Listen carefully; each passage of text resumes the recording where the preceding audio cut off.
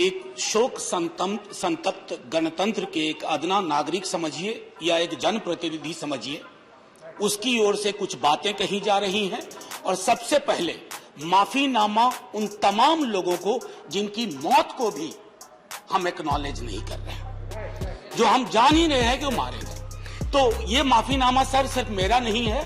मैं इसलिए ये बात कह रहा हूं कि मई के महीने में मैंने 6 आर्टिकल लिखे। संसद चल नहीं रही थी, कहां अपनी शिकायत ले जाते, किससे कहते। मुझे भाजपा के मित्रों ने, कई साथियों ने कॉल किया, बधाई दी। मैं उनका भी एहतराम करता हूं और कहता हूं कि ये भरोसा इस सदन का है कि हम सबको एक साझा माफीनामा उन लोगों के नाम भेजना चाहिए जिनकी लाशें गंगा में तैर रही थी। किसी ने कह दिया ये, किसी ने कह दिया वो। राजीव सातव की उम्र थी जाने की इस दुनिया से। रघुनाथ महापात्रा जब मिलते थे गले लगाते थे, बोलते थे जय जगन्नाथ। अचानक में वो नहीं है।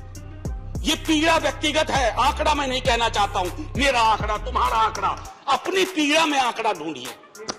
एक व्यक्ति नहीं है इस देश में, इस सदन में, सदन के बाहर, उस सदन में जो ये कहे कि उसने किसी जानने वाले को ना खोया हो। सर पीड़ा कह सकता हूं। ऑक्सीजन के लिए लोग फोन करते थे, हम अरेंज नहीं कर पाते थे।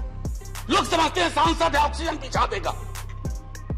100 फोन में पूरे दिन में शाम को बैठ के देखते थे। Success rate 2, success rate 3।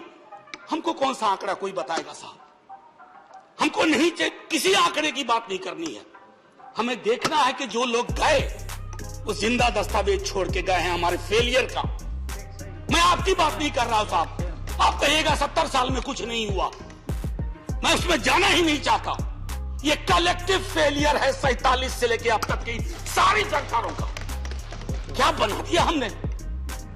मुझे पता नहीं था कि अस्पताल और ऑक्सीजन का क्या रिश्ता होता है सर। ईमानदारी से कहता हूं, मैं मेडिकल बैकग्राउंड से नहीं आता हूं। सुबह से लोगों को दिखता था ऑक्सीजन, ऑक्सीजन, रेमडेसिविर। मैं तो दवाइयों के नाम तक शुरू में सर प्रोनाउंसिएशन चेक किए कि कैसे उच्चारण करूंगा। ये हालत है। और तब हम आंकड़ों की बात कर रहे हैं, तब हम ये बात कर रहे हैं थैंक यू फलाना साहब, चिलाना साहब। सर मैं यहां से निकलता हूं, बहुत बड़ा विज्ञापन लगा हुआ है, मुफ्त वैक्सीन, मुफ्त राशन, मुफ्त इलाज। मैं किसी दल की ओर से आज नहीं बोल रहा हूं, मैं दावे के साथ कहता हूं, मैं लाखों लोगों की ओर से बोल रहा हूं जो यहां बोलना चाहते हैं। अब मेरी बात सुनिए, आज शिकायत नहीं कर रहा हूं आपसे। ये वेलफेयर स्टेट है ना। एक साबुन की टिकिया अगर कोई गरीब गांव में खरीद रहा है ना सर, तो अडानी अंबानी के बराबर का करदाता है।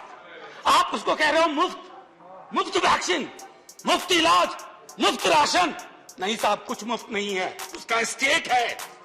इस वेलफेयर स्टेट का कमिटमेंट है, उसको आप डिनाइग्रेट मत करिए, डेमोनाइज मत करिए, उसे बौना मत बनाइए। ये आग्रह है मेरा।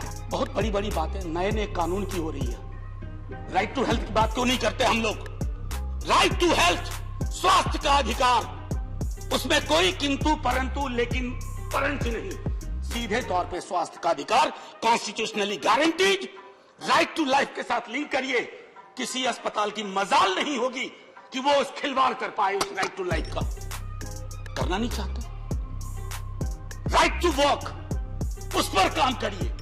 पॉपुलेशन को लेकर के बहुत बातें हो रही हैं साहब। डेमोग्राफी को डेमोग्राफर्स को छोड़ दीजिए, बड़ा संश्लिष्ट विज्ञान है, लेकिन ये हम कर सकते हैं इस सदन और उस सदन में।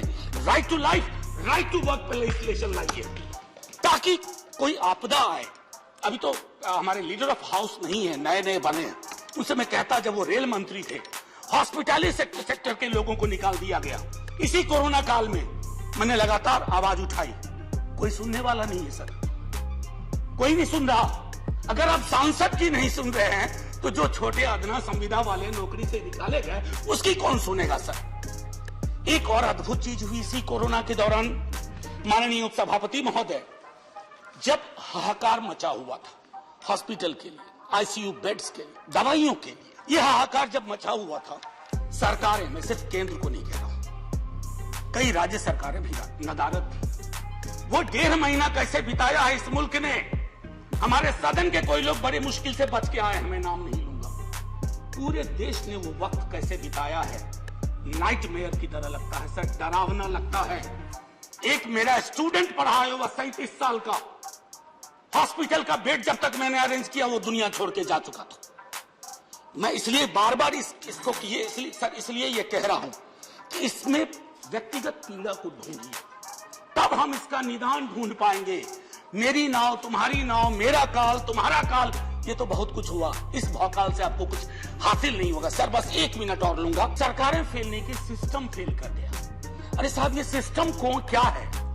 बचपन से सुनते थे कि सिस्टम के पीछे व्यक्ति होता है, सिस्टम के पीछे एक संरचना होती है।